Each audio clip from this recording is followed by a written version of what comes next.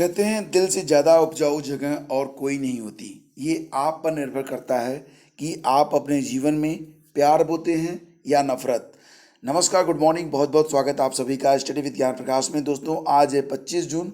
शुरू करते हैं आज की मॉर्निंग न्यूज़ 69,000 शिक्षक भर्ती के साथ।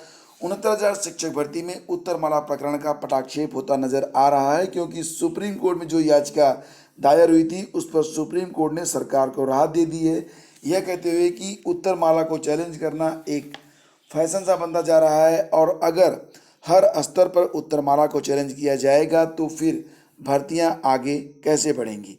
आपने देखा होगा कि पिछले कई वर्षों से ये होता रहा है कि सबसे पहले परीक्षा होती है, फिर उस पर उत्तरमाला जारी होती है, फिर आपत्तियां ली जाती हैं, रिवाइज आंसर की जारी होती है, देन आफ्टर जब फाइनल रिजल्ट आ जाता है उसके बाद भी मैक्सिमम टाइम ये हुआ है कि उत्तरमाला को, जो अंतिम उत्तरमाला होती है, उसको भी चैलेंज किया जाता रहा है। तो इसी प्रकरण पर सुप्रीम कोर्ट ने सुनवाई से इनकार किया है। सुप्रीम कोर्ट ने ये कहा कि इस प्रकार से अगर उत्तरमाला को चैलेंज किया जाएगा तो कोई भी भर्ती पूरी नहीं हो पाएगी।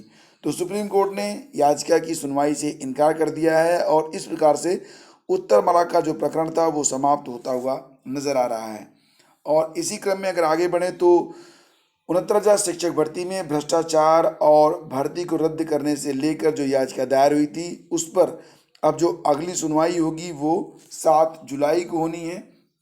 और इस पर जो भी लेटेस्ट अपडेट होगी वो हम आपको देते रहेंगे।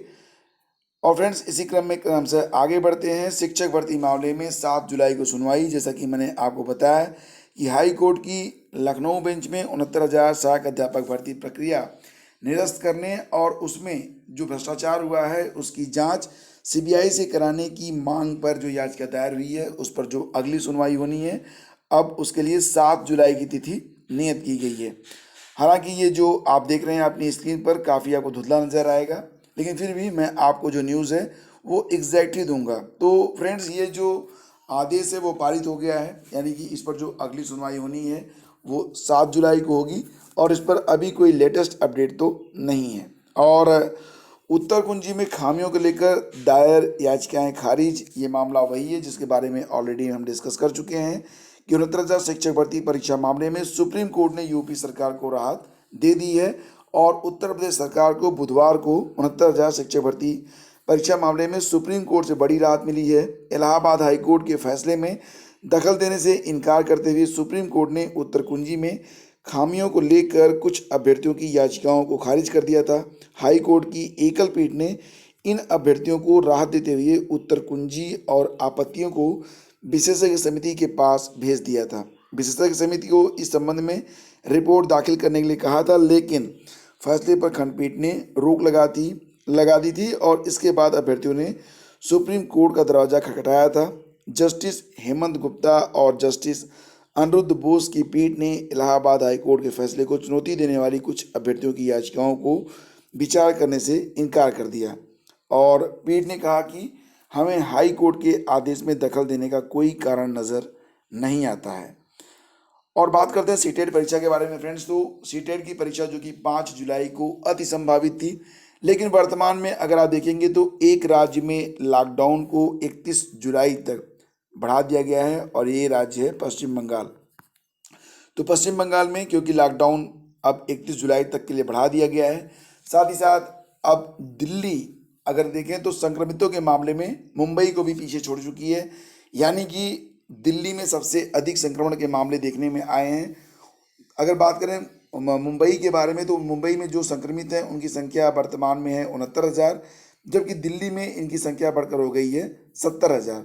तो ऐसी स्थिति में उम्मीद बहुत कम है कि अब सीटेट की परीक्षा और सीबीएसई की अन्य परीक्षाएं अब जुलाई में 5 जुलाई को जो होनी थी सीटेट की परीक्षा वो हो पाएगी और अब इनकी तारीखों में बदलाव की पूरी संभावना नजर आ रही है।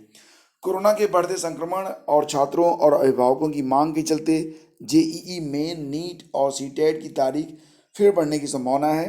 सीबीएसई बोर्ड के बचे हुए 29 जो पेपर हैं उनकी 1 जुलाई से 15 जुलाई तक की जो परीक्षा होनी है उस पर भी कोर्ट ने सरकार और बोर्ड से जवाब मांगा है और इस आधार पर फैसला होगा कि जुलाई में परीक्षा होगी, तारीख बढ़ेगी या फिर मूल्यांकन आधारित से रिजल्ट जारी होगा।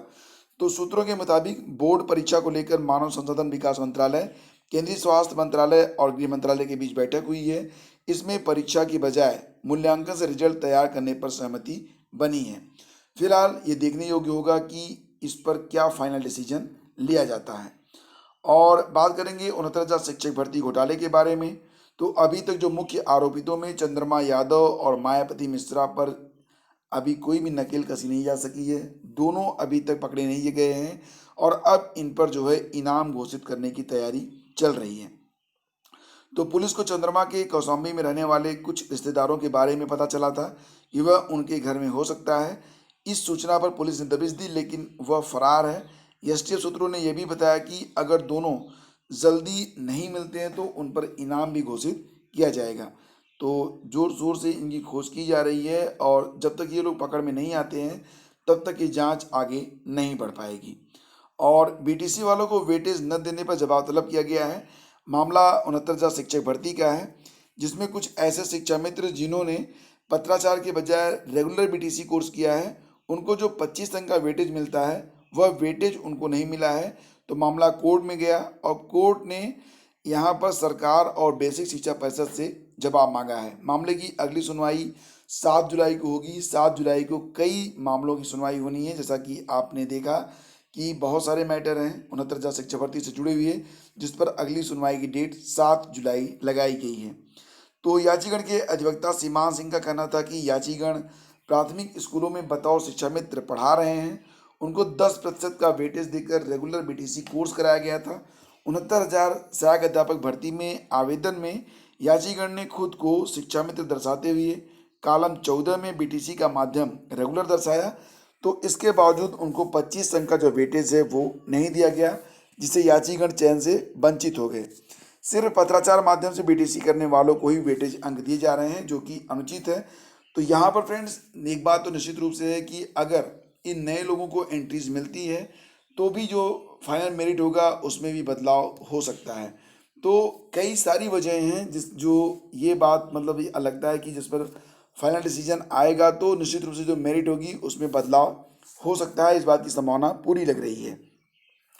भर्ती प्रक्रिया को गति देने की मांग मतलब ये है कि 69,000 शिक्षक भर्ती में चयनित अभ्यर्थियों ने बुधवार को जिला प्रशासन को ज्ञापन देकर ठप पड़ी शिक्षक भर्ती प्रक्रिया में तेजी लाने की बात कही है और उन्होंने सरकार से मांग की है कि कोर्ट में पैरवी के लिए अच्छे अधिवक्ताओं का पैनल लेकर बहस करें। चयनितों का कहना है कि 68,500 शिक्षक भर्ती के नियमों को नई भर्ती में जोड़ने का कोई भी औचित्य और अर्थ नहीं है। और साथ ही साथ पहले से कार्यरत जो अध्यापक हैं, अगर वो 69,000 शिक्षक भर्ती में पार्टिसिपेट करना चाहते हैं, अपनी काउंसलिंग करवाना चाहते हैं, तो उन पर कोई रोक नहीं है। पहले इनको ये कहते हुए रोक दिया गया था कि क्योंकि वो समान पदों पर कार्य कर रहे हैं तो इसलिए वो समकक्ष जो 69,000 शिक्षक भर्ती है उसमें वो उनको पार्टिसिपेट करने के लिए जो एनओसी होगी वो नहीं दी जाएगी। लेकिन अब मामला दूसरे प्रकार का बन रहा है। अब ये कहा जा रहा है कि कोई भी वैलिड रीज़न नहीं होता है जिसकी वजह से इनको 69,000 में पार्टिसिपेट करने से रोका जा सके, यानी कि ऐसे अभ्यर्थी भी अब 69,000 में पार्टिसिपेट करेंगे जो कि पहले से ही अध्यापक हैं।